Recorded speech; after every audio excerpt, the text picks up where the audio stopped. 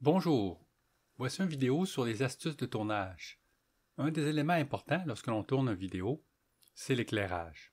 La méthode la plus simple pour obtenir un bel éclairage, c'est de travailler avec le soleil dans le dos, de façon à ce qu'aucune lumière pénètre dans l'objectif de la caméra au moment du tournage. Évidemment, c'est bien en studio où on contrôle la lumière, mais sur un voilier, c'est absolument impossible à contrôler. Dans cette vidéo, je vais parler de deux causes possibles pour la dégradation de la qualité d'image. Une qui est due à la fabrication des boîtiers, particulièrement les boîtiers pour les caméras les moins chers, et une autre qui est due simplement à la limite des objectifs de ces petites caméras-là. Le premier phénomène est dû à la construction du boîtier. Si vous optez pour une caméra bon marché, ou encore pour un boîtier de remplacement tout aussi bon marché, la construction laisse parfois à désirer. Idéalement, tous les plastiques autour de la lentille devraient être noirs et noir mat si possible. Mais plusieurs boîtiers bas de gamme laissent apparaître la partie en ABS transparente qui forme le boîtier étanche lui-même, et cette partie cause parfois des artefacts sur la vidéo. Sur ce boîtier, par exemple, on peut voir ici, à l'intérieur de la partie qui est en noir mat, anti-reflet, on voit la tranche du boîtier de polymère, et c'est cette partie-là que la lumière se reflète. Donc c'est assez apparent ici, juste sur le bas. Un autre boîtier avec une autre situation encore plus marquée, où tout le tour du boîtier en plastique transparent est visible. Donc lorsque les rayons de lumière frappent sur cette surface-là, il y a de fortes chances que ça aille dans la lentille, même si le soleil, lui, n'est pas dans la partie visible du champ de vision de la lentille. C'est ça, c'est le problème qu'on va essayer de trouver une solution.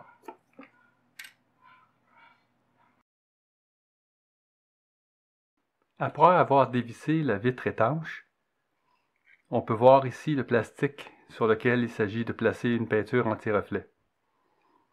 L'intérieur de l'ouverture, ainsi que la bordure du côté de la lentille. Il faut éviter de mettre de la peinture sur la partie extérieure du boîtier, car c'est à cet endroit que le joint torique va s'appuyer pour assurer l'étanchéité.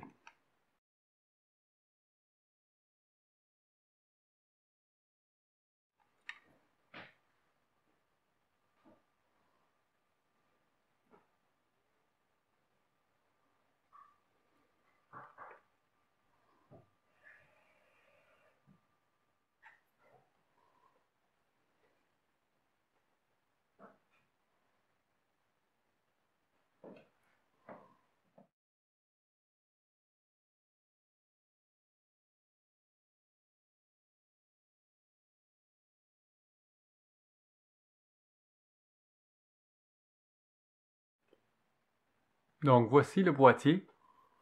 Après avoir peint avec un noir mat, l'intérieur, donc beaucoup moins de reflets, du disque de plastique à l'intérieur de l'objectif ou du protège-objectif.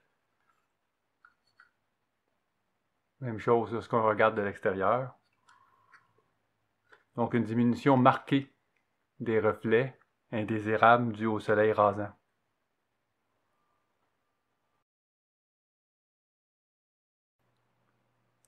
Voici ma caméra principale. On voit ici qu'à partir de l'usine, déjà, l'ensemble autour de la lentille est en noir, ce qui est un très bon point. Par contre, ce n'est pas suffisant pour empêcher que le soleil qui est à l'extérieur du champ de vision puisse frapper entre la lentille et le verre.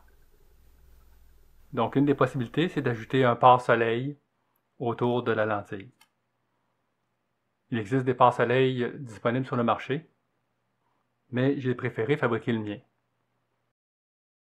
Donc ici, c'est une petite pièce de plastique fabriquée à partir d'un récipient que j'ai peint en noir mat et découpé pour s'assurer que ce n'est pas dans le champ de vision de la caméra.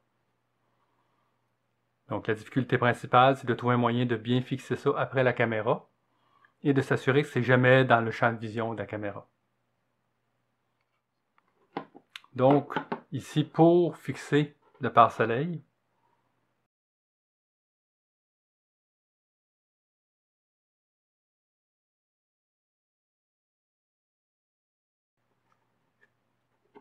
On le place sur la caméra, ça tient simplement par friction. Et on peut voir maintenant que les rayons du soleil qui seraient à l'extérieur du champ de vision ne pourront plus atteindre le verre du boîtier. Évidemment, c'est plus large sur le côté. Le champ de vision est beaucoup plus grand sur le côté que d'en haut et en bas.